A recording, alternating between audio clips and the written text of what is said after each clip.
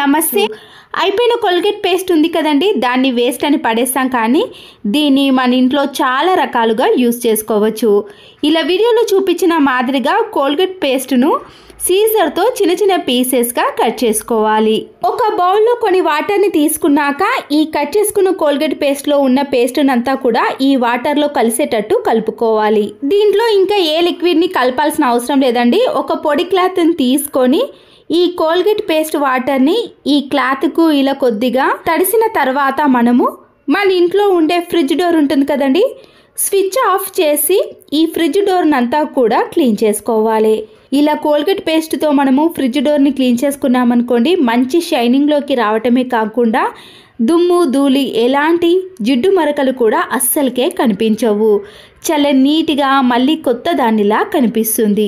ఇదే Colgate paste వాటర్ని కొద్దిగా ఈ క్లాత్ పైన వేసుకొని మన ఇంట్లో ఉండే ఇలా కూర్చునే స్టూల్స్ కానీ బట్టలు వాష్ చేసే చిన్న చిన్న స్టూల్స్ ఉంటాయి కదండి, వాటన్నిటిని కూడా మనము ఎలాంటి లిక్విడ్ని సర్ఫ్ను యూజ్ చేయకుండానే ఇలా కోల్గేట్ పేస్ట్తో ఉండే వాటర్తో మాత్రమే క్లీన్ చేసుకోవచ్చు. చూడండి ఎంత నీట్గా క్లీన్గా కనబడుతుందో.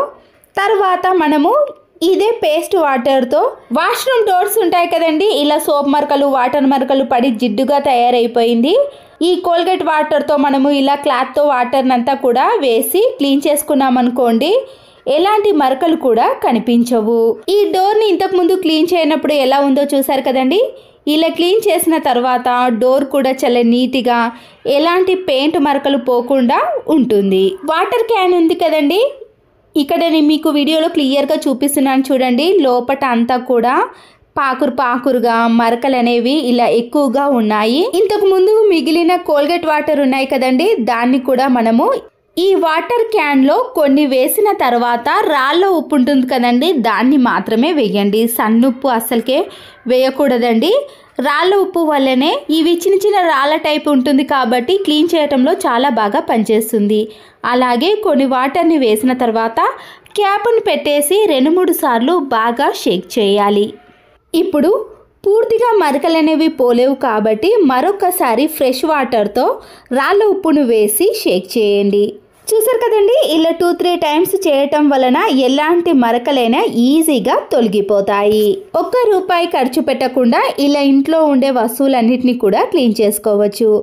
ఈ కోల్గేట్ వాటర్ అనేవి ఇంకా కొన్ని మాత్రమే మిగిలాయండి. వాటిని అన్నిటినీ కూడా ఇలా కిచెన్ సింకులో వేసేసి స్క్రబ్బర్తో క్లీన్ చేసుకోవాలి. ఇలా కిచెన్ సింకును మొత్తం క్లీన్ చేసుకున్నాక వాటర్తో క్లీన్ చేసామనుకోండి, ఎలాంటి మరకలు కానీ కనిపించవు. అంతేకాకుండా ఏదైనా బ్యాడ్ స్మెల్ ఉన్నా కూడా అది పూర్తిగా తొలగిపోతుంది. ఇలా స్టీల్ వాటిని మనము కోల్గేట్ పేస్ట్తో క్లీన్ చేసుకున్నామనుకోండి, చాలా నీట్గా క్లీన్గా కనబడతాయి.